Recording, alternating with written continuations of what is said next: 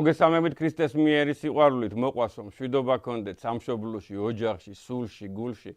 ყველაფერი იქნება კარგად, ოღონდ ჩვენი შვილები გაბევრდნენ, გამრავლდნენ. დიდი თხოვნა მაქვს, რომ შეუძახეთ თქვენს ოჯახის წევრებს, დიშვილებს, ძმისშვილებს, მოსწავლეებს, სტუდენტებს, რომ გამრავლდნენ, გაღონიერდნენ, იყოლიონ 4 შვილი, 5 შვილი, 6 შვილი და ძალიან მალე, სულ რაღაც ერთთაობაში, სულ რაღაც ორთაობაში იბერია გავწყინდება. მე დარწმუნებული ვარ, რამე თუ ჩვენ წინაპრებმა, დიდმა ადამიანებმა, დიდმა მოღვაწეებმა, გენიოსებმა, ისეთებმა, როგორიც მაგალითად ილია ჭავჭავაძე იყო და ივანე ჯავახიშვილია და გიორგი მთაწმინდელია და შოთა რუსთაველია და ალბათ 1000 კაცზე ავალთ, რომ დავიწყოთ ჩამოთვლა ამ ადამიანებისა.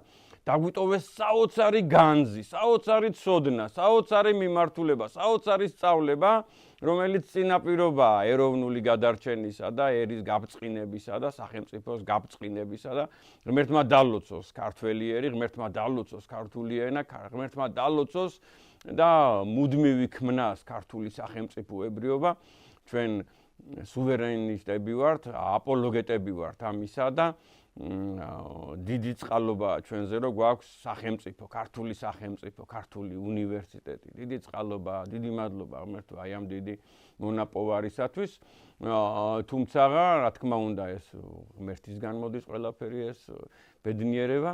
თუმცა მე დავამატებ იმას, რომ მსოფლიოში არ მოიძებნება სხვა ერი, რომელსაც ესოდენ დიდი ხანი ჰქონოდა სახელმწიფო დიდი ხნის განმავლობაში და ეს ხილულად ფიქსირდება 23 საუკუნის წინ შედგა ქართული სახელმწიფო, შედგა ქართველი ერი, ჩამოყალიბდა ქართველი ერი ამ ენით, დიახაც ამ ენით, აი ამ სახელმწიფოებრიობით, ეს იყო პირველი გაერთიანებული ქართული სამეფო, თორემ მანამდეც არსებობდნენ ქართული სახელმწიფოები. რა თქმა უნდა, მე ძალიან მოკლედ რო ვთქვათ, არაბობისას სამწუხაროდ ეს დაიშალა ეს სახელმწიფო, მე ისევ შედგა ერთიანი უკვე მეორედ გაერთიანებული ქართული სამეფო ბაგრატ მესამის დროს, იარსება მოგეხსენებათ მონღოლებამდე, მე გიორგი ბრწყინვალემდე ასე ვთქვათ და მე ფედერალიზაციამ რაც გვიყო მოგეხსენებათ, თუმცა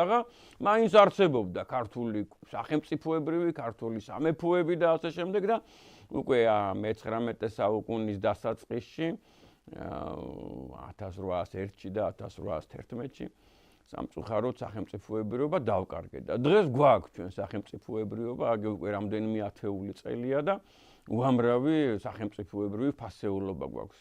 გავუფრთხილდეთ ამას. ძალიან დიდი თხოვნა არის ჩემგან, ახლა მე ვინა ვარ ამას ვთხოვდე ქართველ ერს და მაგრამ აი თვითონ ჩემ მეგობრებს ავთხოვ, ჩემს ნაცნობებს, ჩემს ერთგულმსმენელებს გავუფრთხილდეთ აი ამ დიდ ფასეულობას.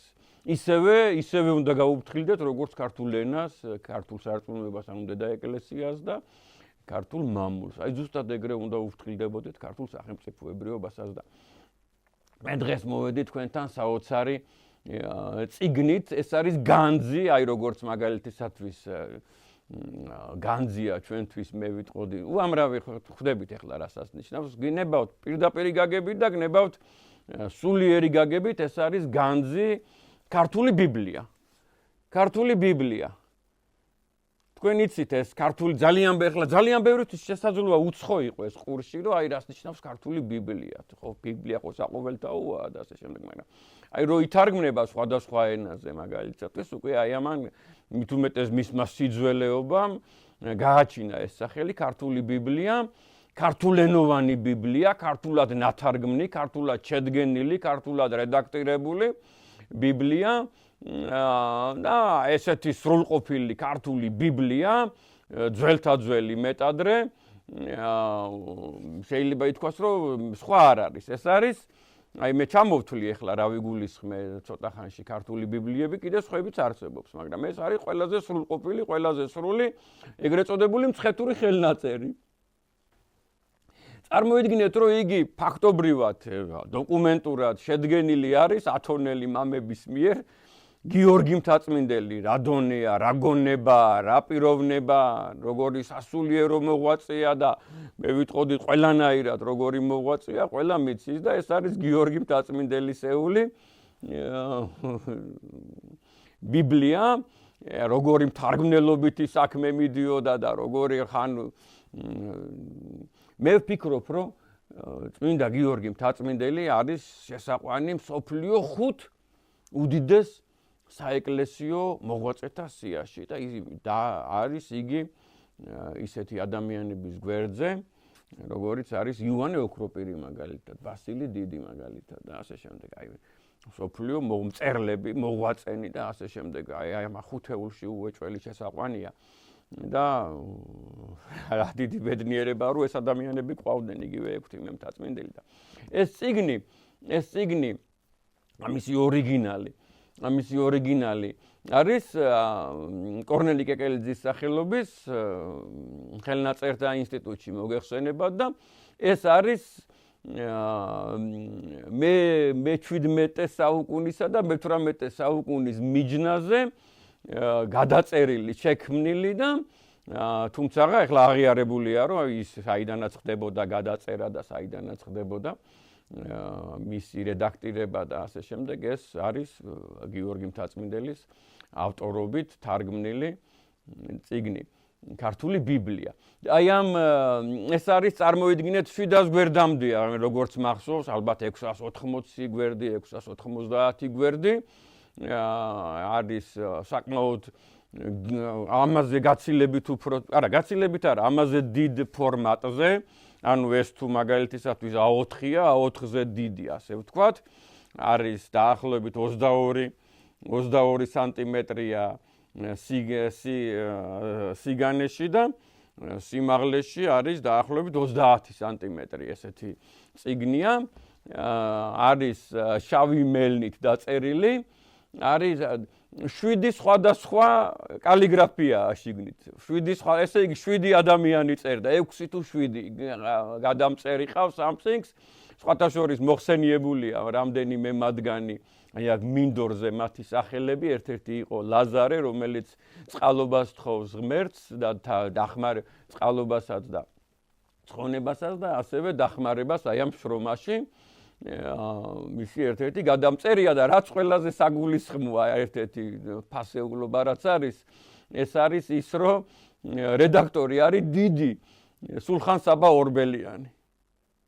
სულხან-საბა ორბელიანის მიერ არის ეს წიგნი ჩასწორებული, რედაქტირებული, ხაზგასმული თვითონ ის ხო ნუსხურად არის დაწერილი ტექსტი და უკვე ასომთავრულით ანუ მხედრულით მომიტევეთ უკვე მხედრულით შესაბამისად სულხან-საბა ორბელიანი აკეთებს ჩასწორებებს, ხაზგასმებს და ასე შემდეგ. წარმოგიდგენიათ როგორი განძი გვაქვს.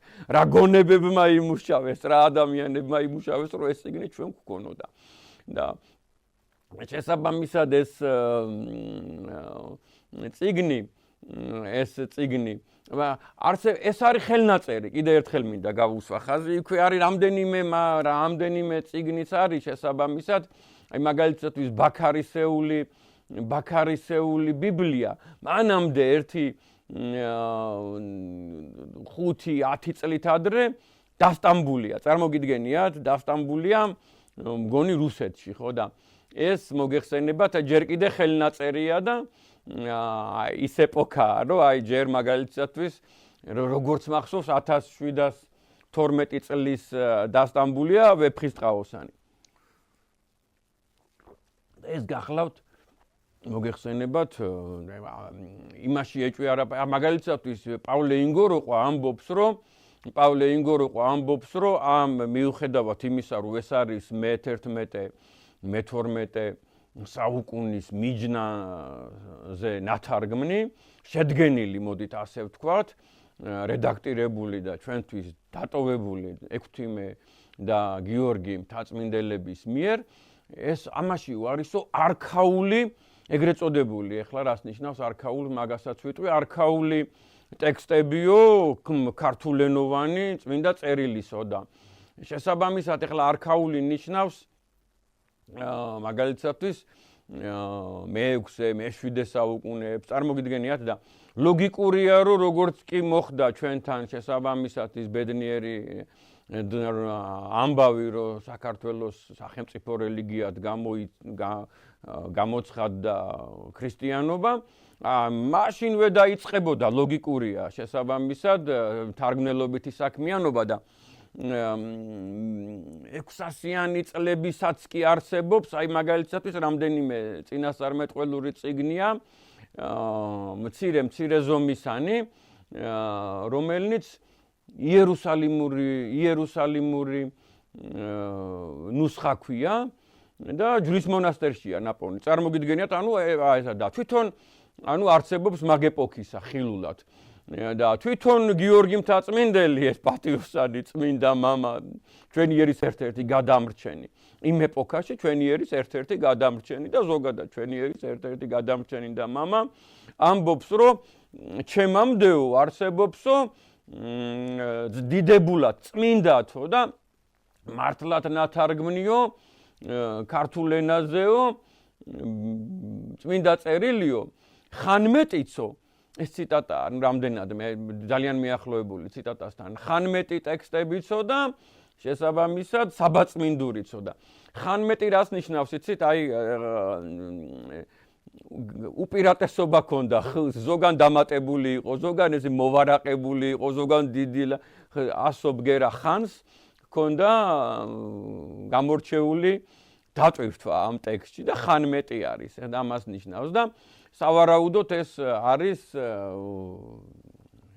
მე-7 მე-8 საუკუნის ტექსტები და მერე უკვე შესაბამისად აი მე-9 საუკუნისა არის სიტყვაზე არა მე-9 საუკუნისა არის ოშკის ბიბლია მე-9 საუკუნისა არის ოშკის ბიბლია სადაც ეს უკვე ხანმეტი ტექსტი არ არის და რაც შეეხება ხო არ ვწდები შესაძლოა მე-10 საუკუნის იყო როგორ გადამქართულდა ახლა ოშკის ბიბლია და რაც შეეხება საბაწმინდურს აი წმინდა საბას მონასტერში არსებული თარგმანებიც არსებობს ასე შემდეგ ასე რომ ბევრი სხვადასხვა ვერსია გვაქვს ქართული ბიბლიისა მაგრამ ეს შეიძლება ითქვას რომ უკვე განზია სრულყოფილია და ასე შემდეგ და ეს არის კანონიკური ტექსტი აი რომ იკითხება მაგალითისათვის ძველი აღთქმა არა იოანე ოქროპირის წირვების დროს ლიტურგიის დროს არამედ სხვა ლიტურგიების დროს სხვა წირვების დროს ბასილი დიდის წირვის დროს მგონი შესაბამისად იქ ძველი აღთქმიდან გიორგი მთაწმინდელის ტექსტი კანონიკური წმინდა წიგნია ჩვენთვის ქართველებისთვის და მოგეხსენებათ ახლა სხვა ერები სხვა ენაზე კითხულობენ და მათ უკვე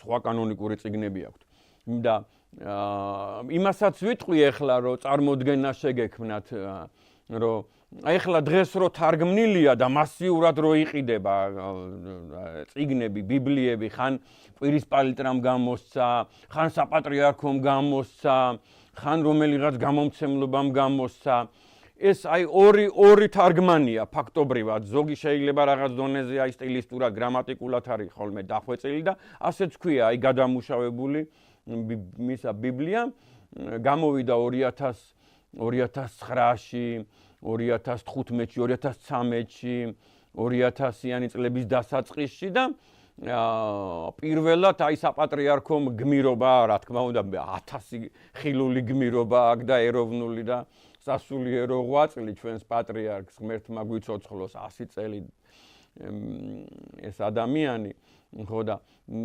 მისი შრომით მისი აი მოვიდა იგი საპატრიარქო ტახტზე და მოსვლიდან 8-9 წელში ითარგმნა საპატრიარქოს მიერ ქართულ ენაზე ახალ ქართულ ენაზე ამას გულისხმობდი და ეს ტექსტიც და მე სტოკგოლმში არის ძალიან კარგი ხალხი არიან ორიაზე არსებობს იქ არ არის რაღაც ესეთი მიმართულებები და დაჯგუფებები ქრისტიანული მიმართულებებისა სუფთა მეცნიერული სამეცნიერო ორგანიზაცია არის მათაც თარგმნეს ეს მოგეხსენებათ ყველას გაქვთ ეს ნანახი ეს წიგნი ახალ ქართულ ენაზე, რომ მაგალითადvis ვინც ვერ ფლობს ძველ ქართულ ენას, შესაბამისად იხემძღვანელოს იმ წიგნით და აი სტოკჰოლმი მათ 2000-იანი, არა 90-იანი წლების შუაში თარგმნეს დაახლოებით. ესენი ორივე ნათარგმნი არის ებრაული ენიდან, ებრაული ტექსტებიდან, ეგრეთ წოდებული მასორეტული ტექსტებია. მასორეტული ტექსტი რას ნიშნავს, იცით? მოგეხსენებათ ახლა რა კატაკლიზმები გაიარა ამ სახელმწიფომ, ამ ერმა, ამ ქვეყანამ და ასე შემდეგ და ისე განვითარდა მოვლენებით, რომ მათ ეს წიგნი, რა ესეთი სრულყოფილი წიგნი, საერთო წიგნი, ძველი აღთქმის ებრაელებზე მაქვს საუბარი, დაეფანტათ, დაეკარგათ და ასე შემდეგ და მე-7, მე-8, მე-9 საუკუნეში ფაქტობრივად თავიდან დაიწყეს, ხან ფურცლები იპოვნეს, ხან მეხსიერებით, ხან რაღაც ნაწილები იპოვეს, ასე შემდეგ და შექმნეს ეგრეთ წოდებული მასორეტული ტექსტები, ანუ დღეს, რასაც მაგალითადvis ეგენი ხმარობენ სასულიერო საკითხავს. შესაბამისად, ეს არის მასორეტული ტექსტები და იქიდან არის ნათარგმნი, ეს ახალი ისინი და რა თქმა უნდა, ეხლა სხვა თარგმანებიც არსებობს, აი მაგალითადvis სეპტუაგინტა თარგმნეს. სეპტუაგინტა არის ბერძნული ვერსია, ძალიან საპატიო ადგილი უჭირავს ამ ნუსხას. ეს არის წარმოიდგინეთ 22 საუკუნის წინანდელი, 22 საუკუნის წინანდელი. ჩვენ წელთაღრიცხვამდე, აი მე-3 საუკუნის ბოლოს და მე-2 საუკუნის დასაწყისში ალექსანდრიაში პტოლომეუს მეორე იყო მგონი, ან პტოლომეუს მეორე იყო ალექსანდრიის მეფე, ხო და შესაბამისად მისი დავალებით, მისი მოთხოვნით, მისი ბრძანებით შეკრიბეს წარმოგიდგენიათ 72 მღვდელმთავარი და ამ 72-მა მღვდელმთავარმა ცალ-ცალკე საკანში, ცალ-ცალკე ოთახში ყველანაირი პირობით იყვნენ, ოღონდ ერთმანეთისგან განსალკევებული წარმოედგინეთ და ამ 72-მა ადამიანმა თარგმნა და მე რო დაადარეს, ფაქტობრივად ყველა ერთნაირი იყო და ყველა დარწმუნდა, რომ ეს არის ნამდვილი თარგმანი იმ ებრაული ენიდან ბერძნულ ენაზე. და ასე შედგა სეპტუაგინტა. სეპტუაგინტა პირდაპირ გადმოთარგმნოთ 72 თაგანსნი, 72 თაგან ნათარგმნი, აი ესე ითარგმნება და ამ გუნდში, ამ 72 ადამიანში ყველა რო ცალ-ცალკე იჯდა და ყველას რო ქონდა საწერკალამი, მელანი, ქაღალდი, ყველანაირი მომსახურეობა, საკვები და საშუალება რო ამაზე ემუშავათ. ერთ-ერთი გახლდათ სიმონ მიმრქმელი, ეს ის ადამიანია, რომელიც ჩვილ მაცხოვარს მიიახლა და ჩაიხუტა. მოგეხსენებათ, რომელსაც ღმერთისგან ქონდა შესაბამისად ესეთი სიტყვა მიცემული, სასჯელი, მოდით ასე ვთქვათ, რომ არ გარდაიცვლებოდა და ზოგისთვის რომ ეს არის დიდი ბედნიერება, წარმოდგენით ამ ადამიანისთვის ტანჯვა იყო, რომ ყველა აბსოლუტურად ახლობელი აღარ აყავს, გადის თაობები შესაბამისად და ესეთი ბებერი ადამიანი იყო, სხვადასხვა გადმოცემით და მონაცემით, წარმოიდგინეთ 250 წლისა, 260 წლისა და შესაბამისად რომ მაცხოვარს რომ მიიახლა და ჩაიხუტა. ეს ის წერტილია, სადაც ერთმანეთს ხვდება ძველი აღთქმა და ახალი აღთქმა, ხო და ეს არის სეპტუაგინტა და კიდე ასევე აი იმ ეპოქისა მოგეხსენებათ რა უნდა იყოს ახლა ესოდან და მოხდა იგი ალექსანდრიის ბიბლიოთეკაში და გადარჩენილია. შეიძლება ითქვას, რომ ძველი აღთქმის ძალიან დიდი ნაწილი, ასე ვთქვათ, 98% გადარჩა სეპტუაგინტა, ანუ და აი 400-იანი წლების წიგნი არის ლათინურენოვანი ვულგატა, ესეც ერთ-ერთი ძველია მოგეხსენებათ. მასორეტულ ტექსტებზე უკვე მოგახსენეთ. შესაბამისად კიდე არის ეგრეთ წოდებული უпростоრედ რატო ეგრეთ წოდებული? შესაბამისად ეს არის სომხურენოვანი ბიბლია, ადრეული ეპოქების ასირიული ბიბლია, ეთიოპიური ბიბლია, ეხლა გამოსცა საოცარი განძი, საოცარი წიგნი გამოსცა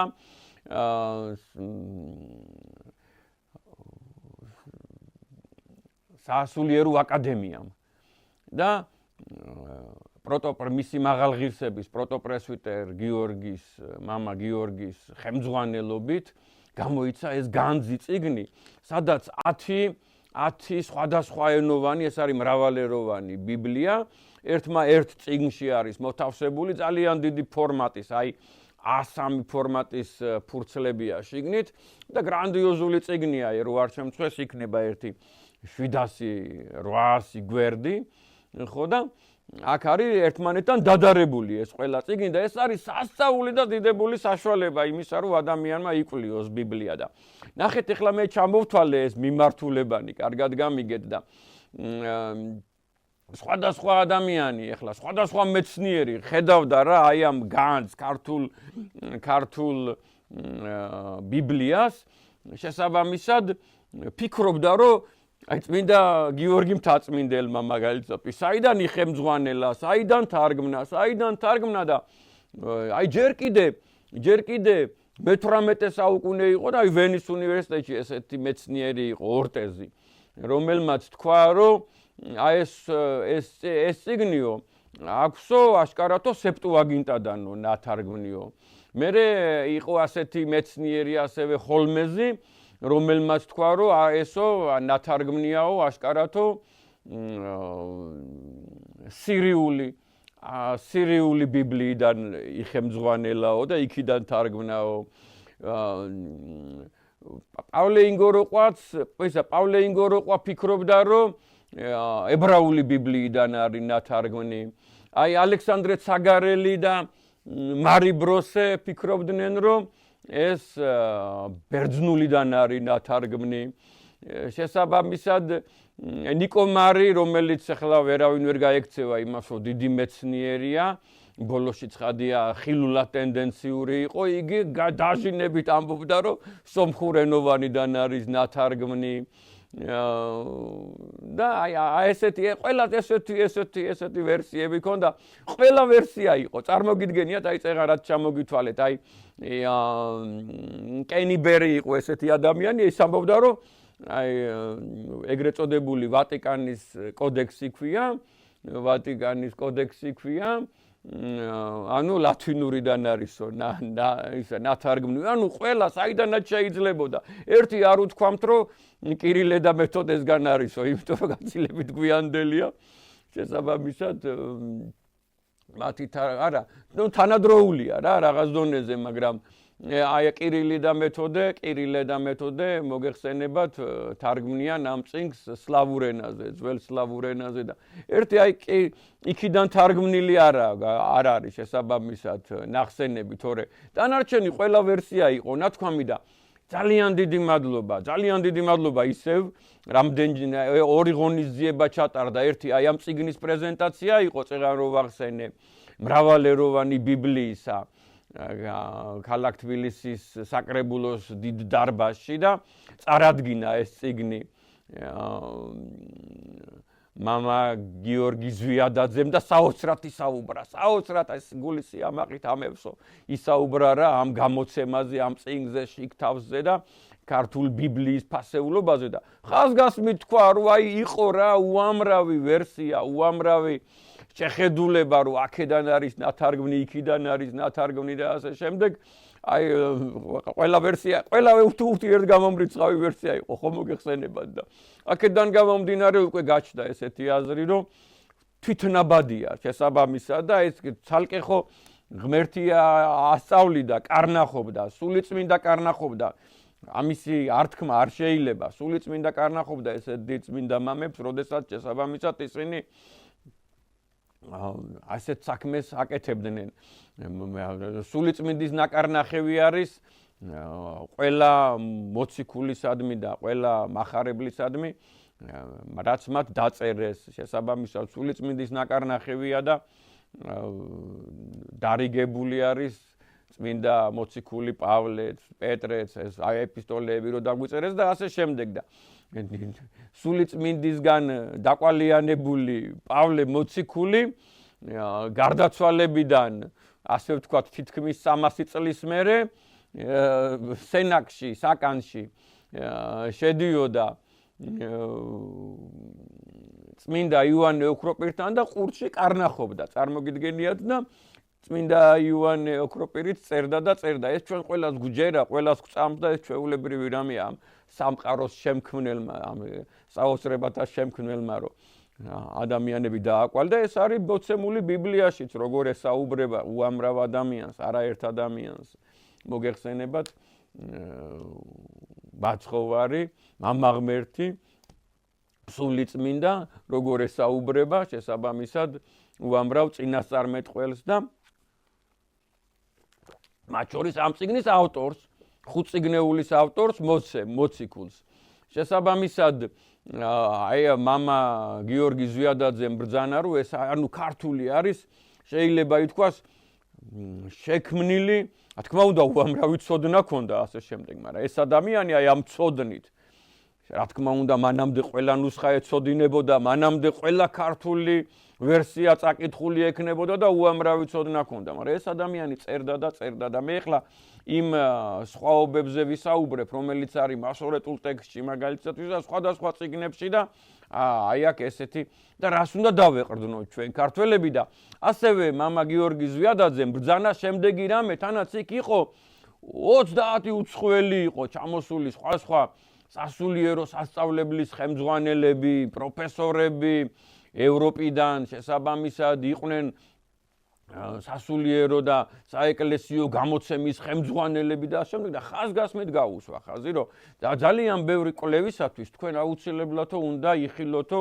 ქართული ბიბლია, მასში არსებული ძალიან ბევრი ცნობა, ძალიან ბევრი წინადადება, ძალიან ბევრი არსი, ძალიან ბევრი მონაცემი და ასე შემდეგ არისო განსაკუთრებული და ყველაფერზე მიმართულების მიმცემიო და დიდი მადლობა მართლაც აი ამ განს, აი ამ წიგნს მე ახლა როგორც მოკრძალებით ვიტყვი ალბათ საშუალოს ან უფრო დაბალი რანგის მკვლევარს ბიბლიური გეოგრაფიის საკითხებში და ისტორიული გეოგრაფიის საკითხებში საოცარი აღმოჩენები გამაკეთებინა. საოცარი აღმოჩენები გამაკეთებინა და ამაზეც ვისაუბრებ თუ რა ცნობას იძლევა ეს წიგნი განსხვავებით გინება წეღანაცა ვთქვი მასორეტული ტექსტიდან შესაბამისად სეპტუაგინტიდან, ვულგატიდან, ებრაული ბიბლია ახალიაც არსებობს. მინგე ესეთი გვარის მთარგმნელია 19-20 საუკუნის მიჯნაზე, იგივე რუსული ბიბლიიდან, იგივე ეთიოპური ბიბლიიდან, სირიული ბიბლიიდან და ასე შემდეგ და ეს მცხეთური ხელნაწერის აი ამ ფასეულობებზე აუცილებლად გესაუბრებით და თვითონ ახლა აი თვითონ ებრაული ბიბლია წეღან რო ვახსენე, საიდანაც ნათარგმნია, იყო ნათარგმნი ადრე მაგალითად უკვე ეს თარგმნელობითი საქმიანობა მოგეხსენებათ ახლა გამომდინარე იქიდან რომ ბიბლია როდინდელი წიგნია, რანაირი წიგნია და ასე შემდეგ მოგეხსენებათ რომ ძალიან ავტორიტეტულია მასორეტული ტექსტიც რა იმის მიუხედავად რომ ის წვეტა გითხარით რომ მაგალითისათვის მე-5 საუკუნის ბიბლია როგორც ასეთი ხელნაწერი მე-4 საუკუნის, მე-3 საუკუნის არ არსებობს, ფიზიკურად არ არსებობს და არსებობს რა იცით აი ჩვენ წელთა რიცხვამდე 100 წლით ადრე იყო დაწერილი ესეთი გრაგნილები იპოვეს აი ეხლა ისტორიისათვის აი ეხლა თორე საკმაოდ დიდი ხანი გავიდა 60-იანი წლების ბოლოს და ახლოებით მგონი აი ესე იგი 60 წლის წინ წარმოიდგინეთ ასე ვთქვათ 60 წლის წინ ყუმრანი ეს არის ესეთი ადგილი ყუმრანი რომელიც არის მკვდარი ზღვის მიმდებარედ და იქ გამოქვაბულში მგონი იქაური მწყემსები რო არიან არაებრაული წარმოშობისა, არამედ სხვა ეთნიკური წარმომავლობისა ერთ-ერთმა ეგეთმა მწყემსმა იპოვნა ერთ-ერთ გამოქვაბულში წარმოგიდგენიათ და როგორც აღმოჩნდა ის სხვადასხვა დიალექტზეა რა ეს მასორეტული სხვა დიალექტზეა ის სხვა დიალექტზეა და ასე შემდეგ და არსებობს ესეთი რაღაცა იპოვეს თუმცა ისიც ახლა არასრულია ისიც რაღაცა ნაწილია ძველი აღთქმისა უკვე მოგახსენეთ ეს ყუმრანი არის მკვდარი ზღვის მიმდებარედ.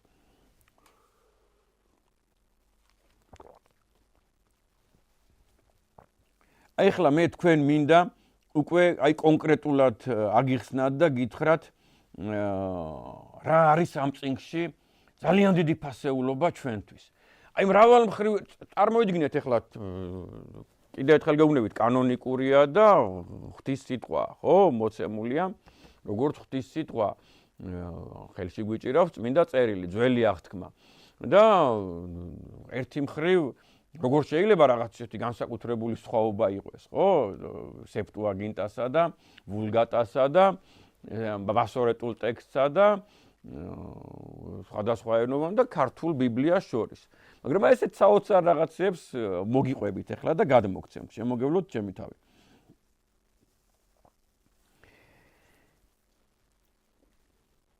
წერანაც თქვი რომ ამაზე ხაზგასმით ეს გამოაცხადა საქართველოს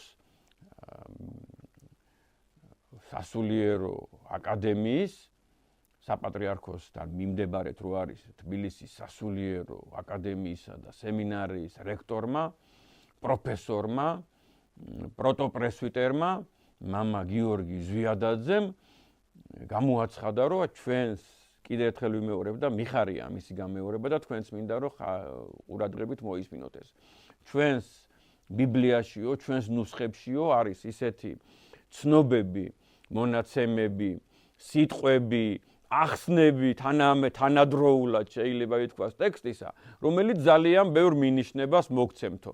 ეხლა მაგალითისათვის აი აქ ერთი მომენტია ძალიან მნიშვნელოვანი ესეთი შეიძლება ითქვას კაელისა და აბელის ამბავი რაღაც მსოფლიო მოვლენაა ხო მოგეხსენება და ყველა მიცის ეს მით უმეტეს ქრისტიანულ სამყაროში ყველა მიცის ეს ორი ძმის ამბავი ორი ძმის ურთიერთობა პრაქტიკულად მეორე და ისა მესამე და მეოთხე ადამიანი ვინც იყო დედამიწაზე და ცხოვრობდა და არის ესეთი გამოთქმასავით რომ აი რატომ მოკლა კაენმა აბელი რატომ მოკლა კაენმა აბელი და ამაზე დისერტაციები არსებობს, დიდი წიგნები არსებობს, დიდი ახსნა-განმარტებები არსებობს. გამიგეთ და ხშირ შემთხვევაში რაოდენ წინააღმდეგობრივიც, ხო? ეხლა რაღაც დონეზე ეს დოგმასავით არის მიღებული, რატომ მოკლა, რა მოხდა და ასე შემდეგ, მაგრამ მაინც.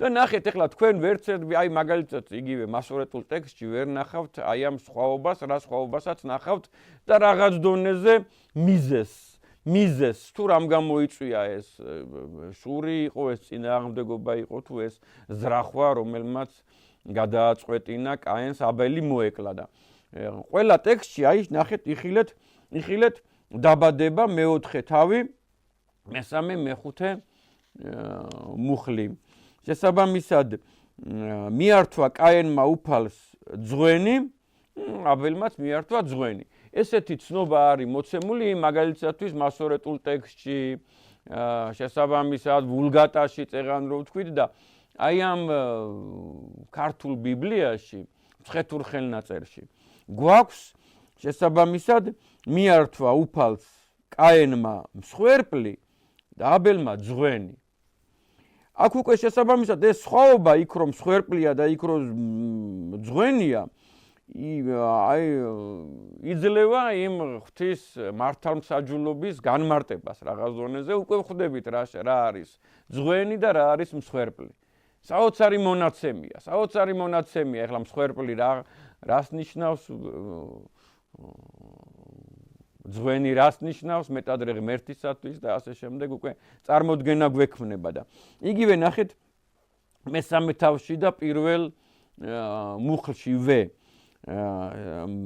მასორეტულ ტექსტში წერია რომ ერთ-ერთ თარგმანში წერია მასურული ტექსტიდან და ორიგინალშიც მსგავსი რამე იქნება ცხადია გველი იყო ყველაზე ცბიერი და მეორე ქართულენოვან თარგმანში მასორეტული ტექსტიდან გველი იყო ყველაზე ეშმაკი. და აი ამ ფრაზას, აი ამ წინადადებას უპირისპირდება ის, რომ ღმერთი მანამდე ფიქრობს, რომ ამბობს, რომ აი იხილა ეს ყველაფერი, რაც მისგან იყო ქმნილი და ეს ყველაფერი იყო კეთილი. შესაბამისად, თუ ყველაფერი კეთილი იყო, აი ამ გამოძევებამდე შეიძლება ითქვას და დაცემამდე გველიც კეთილი იქნებოდა, ხო გამიგეთ რის თქმა მინდა და აი ამ ქართულ ბიბლიაში გვაქვს შესაბამისად გველი იყო უგონიერესი. ანუ ყველაზე გონიერი, სხვა ცხოველებთან შედარებით გონიერი, უცნობილესი, აი ძალიან გონიერი იყო სხვებთან შედარებით. ეს არის და ეს ნათქვამი, კარგად გამიგეთ შესაბამისად და აი კიდევ ერთხელ ვიმეორებთ, აი მისი ქმნილი ყველაფერი იყო კეთილ ღმერთისა და მათ შორის არც აი ამ ამბავამდე, სანამ ეს ამბები განხორციელდა მოგეხსენებათ რაც მოხდა, არის ნათქვამი ესეთი ფრაზა, რაც არის განმასხვავებელი. აი იგივე მაგალითად მე-11 თავი მე-4 მუხლი. ნახეთ, მასორეტულ ტექსტში წერია, რომ კაცთა შვილები და კაცნი ამბობენ, რომ ვაშენოთ გოდოლი, ვაშენოთ გოდოლი, მოიპოვოთ სახელი, რათა არა გავიფანტოთ.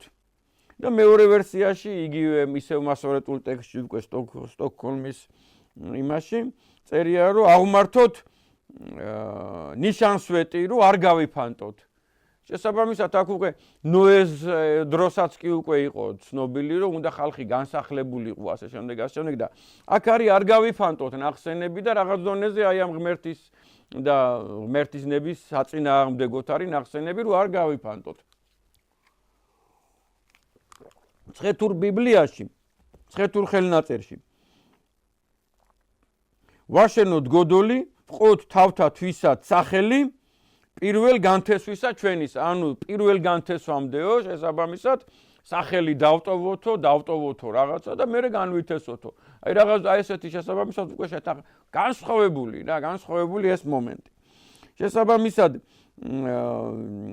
აქ საუბარი არის აი ესეთი ძლიერი ხალხი ვართო, დიდი ხალხი ვართო და დავტოვოთო ნიშანიო ამისიო და ეხლა ცოტა წინ წავალ საუბარში და იქ სადაც არის ქალაქი ბაბილონი, არანაირი ნიშანი არ არის რომ იყო, გამიგეთ ეს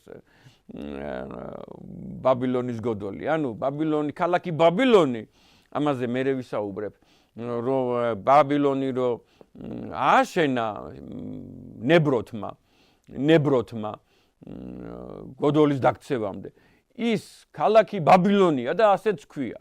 და ეს უკვე შესაბამისად ბაბილონის გოდოლია და შერევნა ქვია ამას, მე ამასაც გავუსვავ ხარ და ეს სრულიად არ არის აუცილებელი, არ წიგნიდან აჩანს ეს და არც არ ჩანს, რომ ზუსტად იმ ქალაქ ბაბილონში, რომელიც არსებობდა გოდოლამდე 200 წელი შესაბამისად და ასე შემდეგ, 300 წელით შეიძლება არანაირი არ და სადაც ადგილი ახლა ლოკალიზაცია სადაც ახდენენ, იქ არანაირი კვალი არ არის მსგავსი ნაგებობისა და მე გეტყვით სადაც არის კვალი მსგავსი ნაგებობისა. ეს იყო შესაბამისად მეორე მესამე ვარიანტი სხვაობისა, არცებითი სხვაობა შევთანხმდეთ, აი მე-11 თავი, მე-4 მუხლი შეადარეთ ერთმანეთს მცხეთური ხელნაწერი და მასორეტული ტექსტი. თქვენ ეს ორივე წიგნი გააქვთ. თუ არა გაქვთ ეს წიგნი, იქნებ მოიპოვოთ რა. დიდი ბოდიში გადავერთვები ახლა იმაზე, რომ გმირობა ჩაიდნენ აი ამ სამეცნიერო ჯგუფმა შესაბამისად ელდარ დოჩანაშვილი იყო მისი რედაქტორი შესაბამისად და გმირობა ჩაიდინა და 5 ტომეული არის ესა. 5 ტომე ეს პირველი ტომია, სადაც დაბადება, გამოსვლა და ასე შემდეგ. ასევე არის მოსეს 5 წიგნეულია და ასევე არის ისონავე, მსაჯულთა და რუთი. 91 წელს გამოსცა და 8-9000 არის მისი ტირაჟი, წარმოიდგინეთ და გამოსცეს იცით რა სტატუსით, რომ ესო არისო, აი სამეცნიერო ტექსტი ასე შემდეგ და საკვლევი ძველ ქართული რო გესწავლაო და ასე შემდეგ და ეს იყო დიდი განძი მაშინდელი სასულიერო პირებისათვისაც და ოჯახებისაც, ვისაც უნდოდა რომ სახლში ქონოდა ბიბლია. მოგეხსენებათ ახლა რა ბედი დაემართა ბიბლიას, წიგნებს უფრო სწორედ რა ბედი დაემართა ბოლშევიკების ეპოქაში, საბჭოთა ეპოქაში და უამრავ ოჯახს არ ქონდა რაზეასა. მოდით ასე ვთქვათ, რომ 97%-ს არ ქონდა ალბათ ბიბლია და ძალიან ბევრი ვისაც ქონდა კიდე მალავდა. ეს გამოვიდა ბიბლია 1991 წელს და ძალიან ბევრგან ნახავთ, აი ზოგან 10 ლარი, ზოგან 12, ზოგან 15 ბუკინისტები ყიდიან ხოლმე ხან ღიაცის ქვეშ, ხან მაღაზიებში და ძალიან გთხოვთ შეიძინოთ რა, ძალიან გთხოვთ შეიძინოთ, მარტივად აღმოაჩენთ.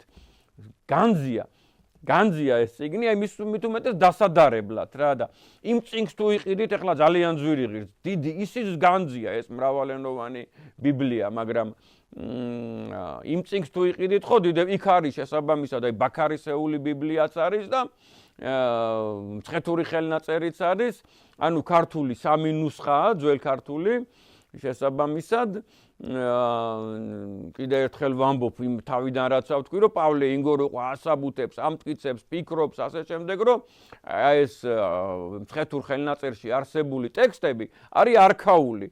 ესე იგი სიტყვაზე მე-5 საუკუნისა, მე-6 საუკუნისა, მე-7 საუკუნისა, მე-8 საუკუნისა და თვითონ წმინდა გიორგი მთაწმინდელი ამბობს, რომ აი წმინდათ იყო ნათარგმნიო ყველაფერიო, საბაწმინდურიცო, ხანმეტიცო და ასე შემდეგ. შესაბამისად აი ეს დასადარებლად რომ სხვადასხვა იმას შეადაროთ უმნიშვნელოვანესი არის ეს. მე აი მაგალითისათვის ნახეთ რა არის. აი როდესაც საუბარი არის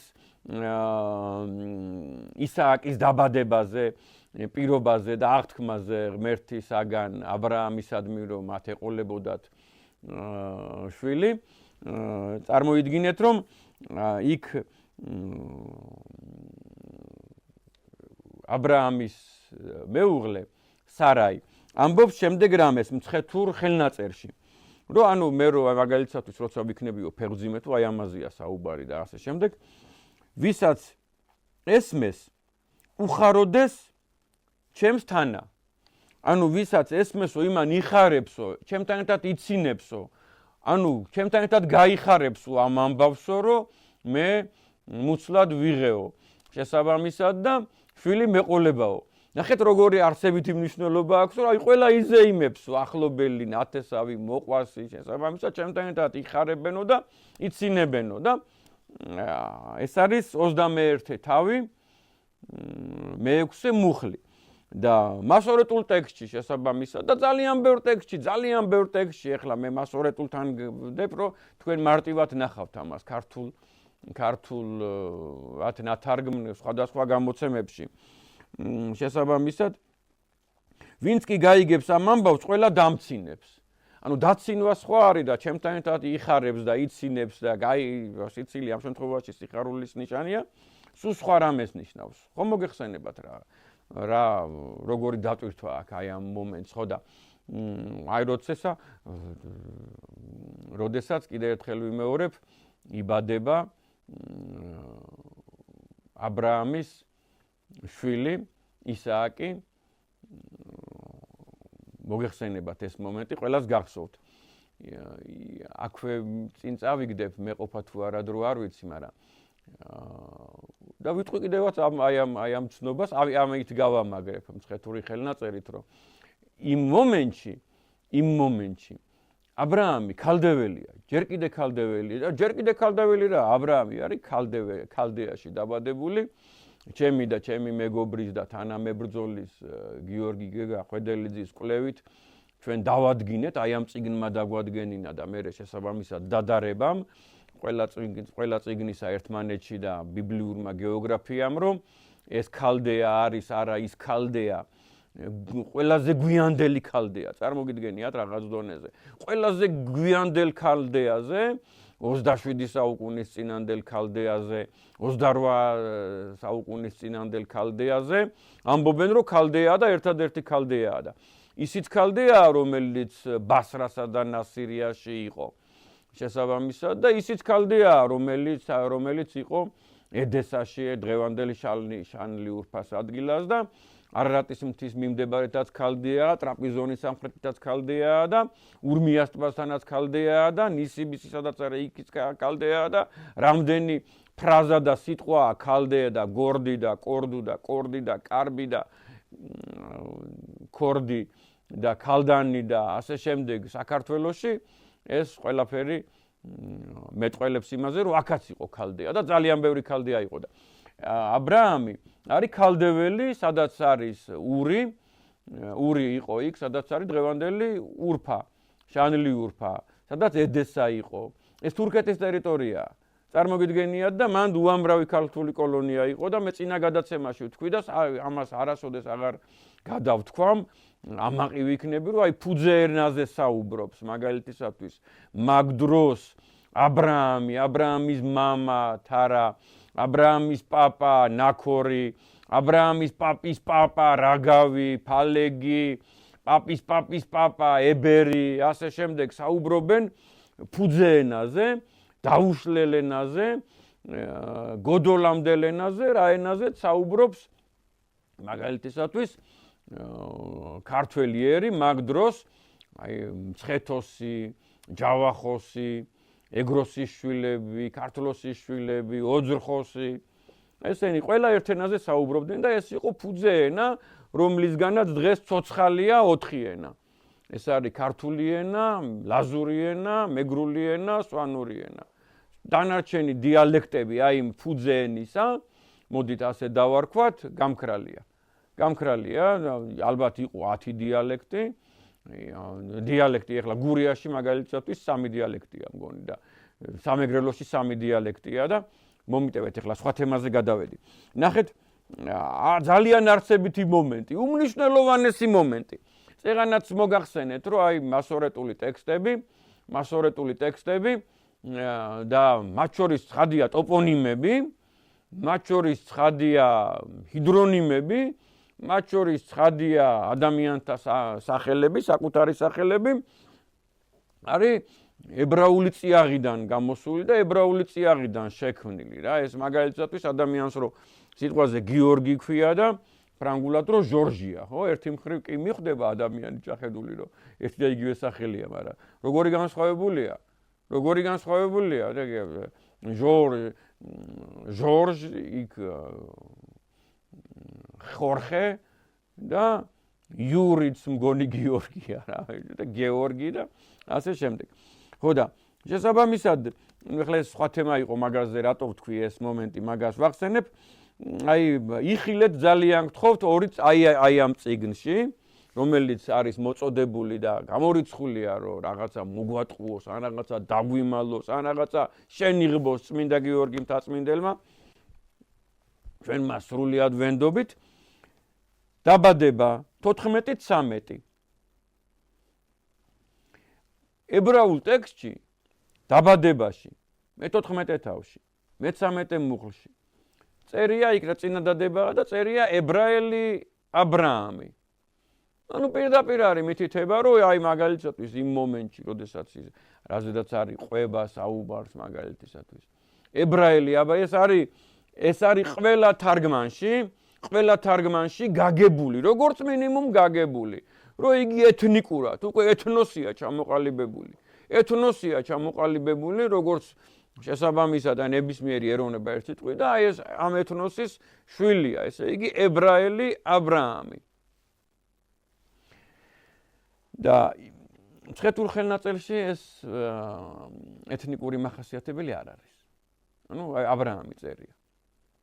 ანუ წმინდა გიორგი მთაწმინდელი არ ფიქრობს, არ ამბობს, არ გვაძლევს იმ ცნობას, რომ აბრაამი ებრაელია. და კიდე ერთხელ გეუბნებით, ახლა თუ არსებობს ესეთი რამე და ესეთი გაგება, რომ ადამიანი იყო მაგალითად ქალდეველი და მერე გახდა ებრაელი, თავის ცხოვრებაში. ეს სხვა თემა, ამაზე ახლა ვერც ვიმსჯელებთ, ხო? მე არ ვიცი ამ თემაზე როგორ ვიმსჯელო. შესაბამისად და აი უკვე ხილულად ებრაელები არიან, ისრაელი არის მისი შვილიშვილი და მისი შვილიშვილები უკვე 12 ტომით ისრაელია, ხო? ისრაელთა შვილები არიან. აი იქ უკვე ჩანს ეთნიკურობა. მე ახლა მომიტევეთ ზუსტ ცნობას და მასალას ვერ მოგცემთ, მაგრამ ა ブラ ამი ეგვიპტეში წასვლამდე ქალდეურად საუბრობს და ეგვიპტიდან დაბრუნების მერე უკვე ენას იცვლის, გამიგეთ? და აი ეს მისი შვილიშვილების თაობა უკვე სხვა ენაზე საუბრობს. სხვა ენაზე საუბრობს და უკვე იკარგება შესაბამისად მათი კავშირი ენის მხრივ ფუძეერთან და ყალიბდება ახალი ერი. ახლა და ეს ქალდეველი და ქალდეველობა რჩება და რჩება. იმ დონეზე რჩება, წარმოვიდგინეთ, რომ დღესაც კი ნახავთ ადამიანს ტრაპიზონთა სამხრეთით, რომელიც ამბობს, რომ მე ქალდეველი ვარ. და ეს რაღაც დონეზე სინონიმია, აი როგორც მაგალითად სიტყვაზე გრუზინი, გურძანი, გურჯი და ჯორჯიანი, ყველგან გ არის არსი, ახლა მიხვედეთ, აუცილებლად დაუკვირდით ამას, მეტადრე ჯეორჯიანის შემთხვევაში, ესენი ხო ყველანი სინონიმებია. და აი ხალიბი, ყველა ამბობს ახლა ენათმეცნიერი თანხმდება, რომ ხალიბი არის ქალდი. და აი ხალიბებიც ქალდები არიან. მე თქვენ აუცილებლად ნახავთ გამაოგნებელ ქალდეველთა, ზუსტად ასე ქვია ქალდეველთა ეკლესია, სადაც აი სამკუთხედს აკეთებს სამი ქვეყნის საზღვარი რო არის თურქეთის, სირიის და ერაყის, აი ამ სამი ქვეყნის ზუსტად საზღვარზე, ზუსტად აი არა 15 კილომეტრში, არამედ 1 კილომეტრში ერაყის ტერიტორიაზე ფიზიკურად, თორე რაღაც დონეზე ალბათ სანამ ეს ტერიტორიული დაყოფა იქნებოდა, ალბათ სამივეგან იყო გარტყმული და რაღა მაინც ამ წერტილში შეიკრიბა ძალიან საგულისხმოა. ამ ეკლესია მონასტრის ტერიტორია იქნებოდა სამივე ქვეყნის ტერიტორიაზე გარტყმული და დღეს ძალიან პატარა ტერიტორია. არის ესეთი ეკლესია, ქალდეველთა ეკლესია, ჭირნახულისა და მოსავლის მფარველი დედა ღვთისმშობლის სახელობისა, ქალდეველთა ეკლესია და ულამაზესი ადამიანები. აი შედით ამ ნახავთ, ეხლა რუკაზეც ნახავთ, Google-ის რუკაზეც ნახავთ, სხვა საშუალებებითაც ნახავთ, საოცარი ადამიანები არიან მრევლში, ძალიან ლამაზი ადამიანები, ესე თეთრი ლამაზი აზრიელები რა, რომლებიც ძალიან გვანან პირდაპირ გეტყვით ქართველებს, რა სახით, ჩვენ ხო შეგვიძლია 100 ადამიანი რო იყოს, მაგალითად 100 ადამიანიდან ნებისმიერი ეროვნება რო იყოს, არგენტინიდან დაწყებული, ევროპეიდული სახეებზე მაქვს საუბარი, ახლა ცხადია. 100 და არგენტინიდან დაწყებული და მექსიკით გაგრძელებული და ასე შემდეგ. ინგლისელი, რუსი, ასე შემდეგ. ჩვენ აღმოვაჩინოთ აი 100 ადამიანიდან რო 5 ადამიანი იყოს ქართველი, ხო ვეთქვით? ეს იქნება ქართველი და 90%-იანი სიზუსტე გვექნება. აი ესეთი ხალხი ცხოვრობს იქა და ამის მაღლა კიდე თურქეთის ტერიტორიაზე, აი ტურაბდინი ჩაწერეთ და იქ ამოვარდება უამრავი მართლმადიდებლური ეკლესია. ეს ეკლესიები ეკუთვნის ანტიოქიას. აი ესეთი გაყოლება არის რა, ესეთი დიდი გაყოლება არის. სამი ქალდეაა, მაგრამ ერთი ურმიის ტბის ქვემოთ იყო, აი ზაგროსის მთიანეთის შუაში შეიძლება ითქვას იყო ქალდეა, ურმიას ტბასთანაც იყო ქალდეა, მეორე რომელიც გითხარით ახლა აი ეგ შესაბამისად ტურაბდენის ადგილას, მეორე არის სადაც ნისიბისი იყო და გრიგოლ ნიზიანელისად, მაგას ანტიოქიაც ერქვა სხვათა შორის. ანტიოქია რამდენიმე ქალაქს ერქვა, არა ერთს. შესაბამისად მანდაც არის ქალდეა და უკვე უკიდურესად აქეთ ხმელთაშუა ზღვის წინ, სადაც არის ქალაქი შანლიურფა, სადაც გობეკლი ტეპეა, სადაც ედესა იყო, სადაც ავგაროზ მეფე იჯდა მაცხოვრის ეპოქაში და მეფობდა, სადაც ძალიან ახლოს მაგადგილიდან ტიგრანოკერტი დააფუძნა ქალაქი მეფე ტიგრანემ ჩვენ წელთაღრიცხვამდე მეორე საუკუნეში. შესაბამისად, აი მანდ იყო ის ური, ის ქალდეას გული, არფაქსადის მიერ ჩატანილი ტოპონიმი, პირველი ქალდეადან აი მანდ იყო ჩატანილი და ეს იყო ქალდეა, სადაც ყველა ცხოვრობდა აი არფაქსადის ქვემოთ, აბრაამამდე და აბრაამი რო გავიდა, იქ დარჩა გარდაცვლილი უფროსი ძმის არანის საფლავი და მისი შვილის იესტანი დარჩა ფიზიკურად ცოცხალი მხნედ და ეგ ის ადგილია სადაც შესაბამისად ვახტანგ გორგასალი მე-5 საუკუნეში დედას და დას 8 წლის განმავლობაში ტოვებს ქართული გარემო რო არ ყოფილიყო რას დატოვებდა წარმოგიდგენიათ მანდ იყო უამრავი ქართული კოლონია და სტრაბონი ამბობს კიდე ამას სულ ვეჭიდები მე სტრაბონი ამბობს რომ მანდაც იყო იბერია ეს იყო სამხრეთი სიბერია ეს სხვა იბერია არის სადაც ახლა ჩვენ ვართ და ის სხვა იბერია იყო შესაძლოა ის იბერია განაცილებით უფრო დიდი ხნის არის რა ვიდრე აქ არსებობა ტოპონიმისა იბერია და მე აი ამ მომენტს ახლა გამოვიყენებ ამის გასად მთელს ადამიანებს მეცნიერებს პროფესორები არიან რამდენიმე აკადემიკოსიც არის და ერთმანეთში ერევა პრეისტორიული და ანტიკური და აი უძველესი 30 საუკუნის წინანდელი კოლხეთი და ელინისტური კოლხეთი სტრაბონისეული ერთმანეთში ერევა წარმოგიდგენიათ ორი ეს ანტიკური პრეისტორიულს იმიტომ ამბობ რომ ახლა არა გვაქვს რა ცნობები 30 საუკუნის წინანდელი აი ახლა გრაკლიანის წარწერა მოვიდა გაახაროს ღმერთმა რო კითხულობს ეს კაცი ხო და შესაბამისად არა გვაქვს მაშინ ისტორიული ცნობები ახლა აი ჰეკატე მილეტელი არის ჩვენ წელთაღრიცხვამდე და ჰეროდოტეა და რამდენიმე თითზე ჩამოსაცვლელი წერლები არიან 10 მაქსიმალურად აი მე-6 საუკუნის, მე-5 საუკუნის, მე-4 საუკუნის და იმ ეპოქაში ხო იყო კოლხეთი, გრანდიოზული კოლხეთი, აი როგორც ჰეროდოტე ამბობს, ტრაპეზუნთა, კერასუნთა და სინოპიდან რო იწყებოდა, მიდიოდა კარდუს მთამდე, არარატის მთამდე. ხო წარმოგიდგენიათ, აი ამ ხელა მთელი კავკასია კოლხეთი იყო. და ეს განსხვავებული კოლხეთი, პატარა, გაცილებით პატარა კოლხეთი იყო სტრაბონის ეპოქაში. გაცილებით პატარა კოლხეთი და მე ამ კოლხეთმა საერთოდ დაკარგა სახელი პროკოფი კესარიელის ეპოქაში მე-5 საუკუნეში. წარმოგიდგენიათ, მე-5 საუკუნეში უკვე ლაზიკა ქვია რა. სახელი დაკარგა. დარჩა და ახლა კოლხეთის შესაბამისად და ამ შანსაც კიდე ერთხელ გამოვიყენებ, რომ კ არის ქ, ა და ო ძალიან ხშირად ცვალებადობს, რ და ლ ძალიან ხშირად ცვალებდა და ქართლსა და კოლხეთს აქვთ ფუძე, არსი, ქარ და კოლ არის სინონიმები.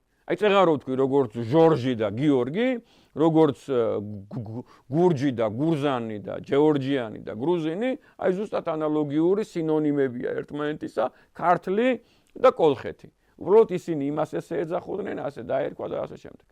ეს რაც ამას შეეხებოდა, ეხლა კიდე ერთხელ გეუბნებით, აი ამ წიგნმა მსგავს რაღაცაში ძალიან დაგვაკვალიანა რა, ძალიან დაგვაკვალიანა და იცით, აი ძალიან საინტერესო რაღაცას ეხლა ჩვენი შეხედულება მოკრძალებული იქნებ ვიღაცამ თავისი აზრი ან გადახაზოს ეს ჩვენი აზრი. ან მხარი აგვიბას რა, რომ აი მაგალითისათვის მოსეს სიმამრი არის აქ ესე წერია მადიანელთა ქურუმი იოთორ, რომელიც გოგონა არის სეფორა, შვილი, ანუ ცოლი მოსესი. და შესაბამისად მოსეს ცოლზე სულ სხვადასხვა რამ წერია სხვადასხვა ვერსიებში გამიგეთ და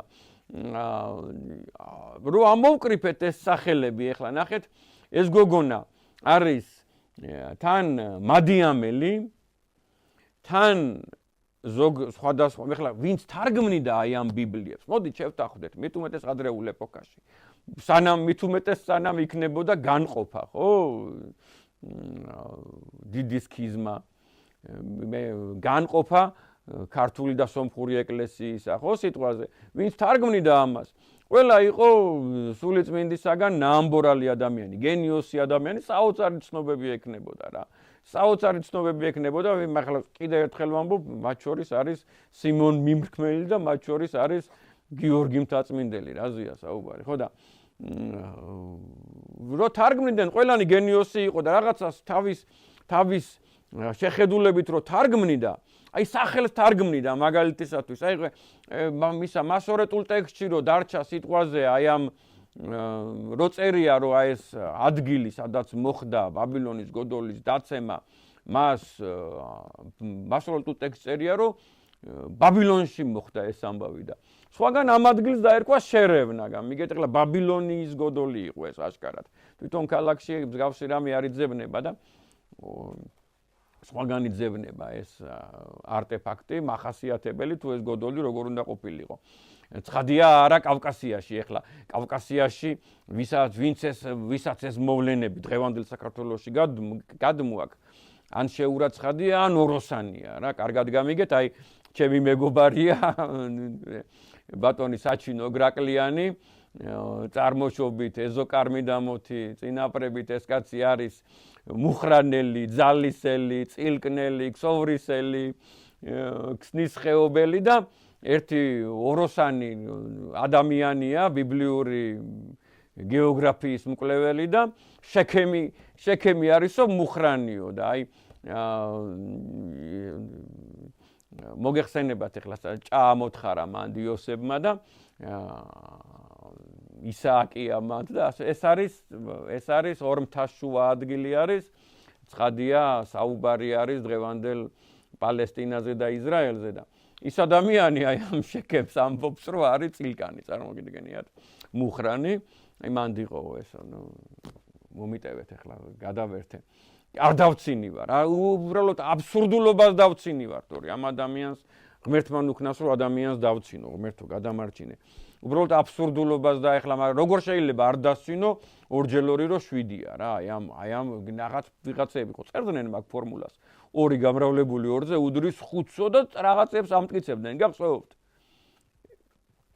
მაგათი გამკვირვებია ბევრ რამეზე ხო და აი ამას დავამთავრებ მომიტევოს ტელევიზიის ხელმძღვანელობამ აი ამ თემას დავამატებ ისა რომ სეფორა მოსეს შვილი არის მოხსენიებული და თვითონ ეს ადამიანი ზეროვნება გამიგეთ ამ ადამიანისა და შესაბამისად ამ ადამიანზე ზოგან არის ნახსენები რომ ეს არის ეთიოპიელი ზოგან არის ნახსენები რომ ეს გოგო არის ჰინდო ზოგან არის ნახსენები რომ ეს გოგო არის მადიამელი ზოგან არის ნახსენები რომ ეს გოგო არის შავკანიანი ზოგან არის ნახსენები რომ ეს გოგო არის აი ეს ხო ხდებით როგორი რამე ჩამოვთვალე და ზოგან არის ნახსენები რომ არის ეს გოგო არის ქუშიტი ეს რეებით ჩამოვთვალე ახლა დღევანდელი ზუსტად ისეთივე გამარჯვებული გეოგრაფიით რომ თითქოს და აბრაამი